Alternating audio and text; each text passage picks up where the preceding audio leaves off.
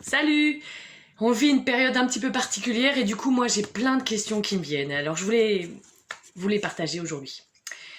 Pourquoi certaines personnes refusent-elles de porter un masque alors que je suis sûre qu'elles ont toutes rêvé d'être un jour un super-héros masqué? Pourquoi le coronavirus ne décide-t-il pas de faire une trêve pour Noël?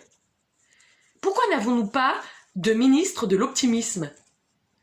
Pourquoi ce ne sont pas plutôt les terroristes et les pédophiles qui meurent du coronavirus?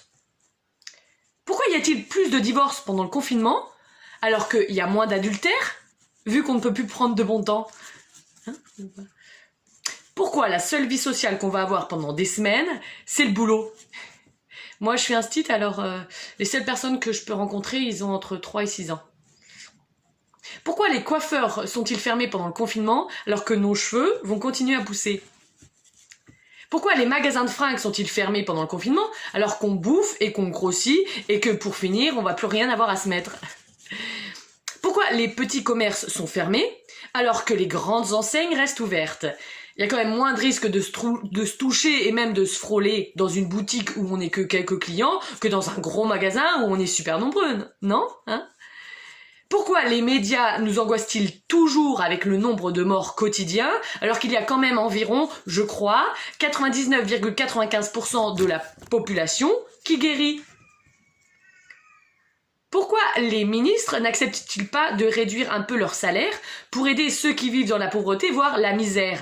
Ils n'ont pas compris que ça sert à rien d'être milliardaire? Ça permet pas d'être moins con, hein? Et puis quand ils mourront, même de vieillesse à 90 ans, ils n'auront toujours pas pu dépenser tout leur fric. Je comprends pas, j'ai jamais compris ça.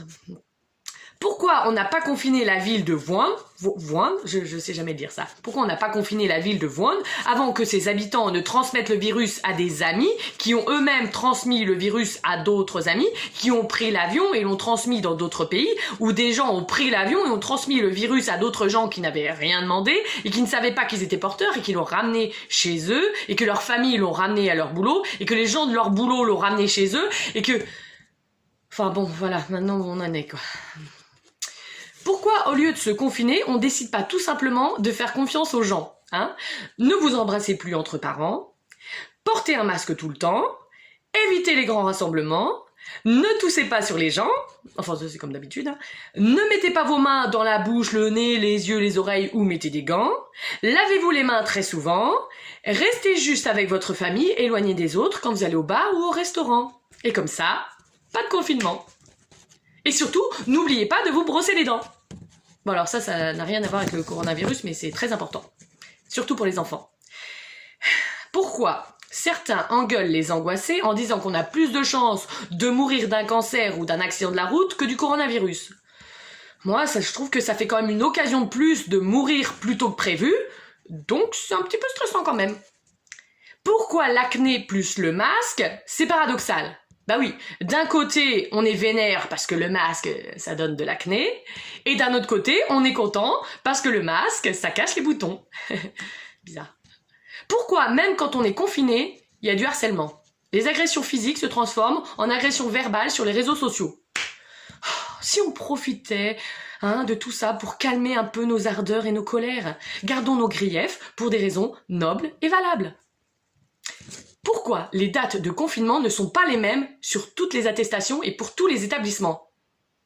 Y en aurait-il qui seraient au courant de certaines choses avant les autres? Pourquoi quand vous tapez les mots déconfinement et reconfinement sur votre ordi, ils se soulignent en rouge? Ces mots n'étaient pas du tout prévus par notre belle langue française. Bon, quoique, s'il y avait confinement, fallait absolument inventer le mot déconfinement, sinon on n'était pas dans la merde, bloqué à vie. Par contre, reconfinement, alors ce mot-là, ça n'existe pas dans le dictionnaire, ce mot-là, non, ça, non. Pourquoi certains enseignants avaient envie d'aller au boulot pendant le premier confinement, et maintenant, ils ont envie d'être confinés alors qu'ils doivent aller au boulot? La vie est mal faite, encore une fois. Pourquoi, quand je dis à mes élèves, surtout ne mélangez pas votre matériel et ne prêtez pas vos crayons, il y en a toujours un qui pique le crayon de son voisin et, sinon c'est pas drôle, le met dans sa bouche? Pourquoi quand je dis à mes enfants en rentrant de l'école, surtout ne vous tripotez pas le visage le temps que je sorte le gel hydroalcoolique, ils se grattent la bouche ou le nez? Pourquoi les élèves de CP doivent porter un masque alors qu'on a déjà du mal, sans masque, à comprendre s'ils prononcent bien d'où les chons de la langue française? Pourquoi je me suis mise à refaire des vidéos pendant le premier comme pendant le premier confinement, 2 jours avant le reconfinement? Je nous ai porté la poisse? Bon, j'arrête de me poser trop de questions. Ah si, une dernière question. Même si on est encore confiné à Noël, mais j'espère bien que non, hein, est-ce que le 25, on aura exceptionnellement le droit d'aller voir nos parents? Oh, j'espère. Allez, restons positifs et optimistes. Portez-vous bien.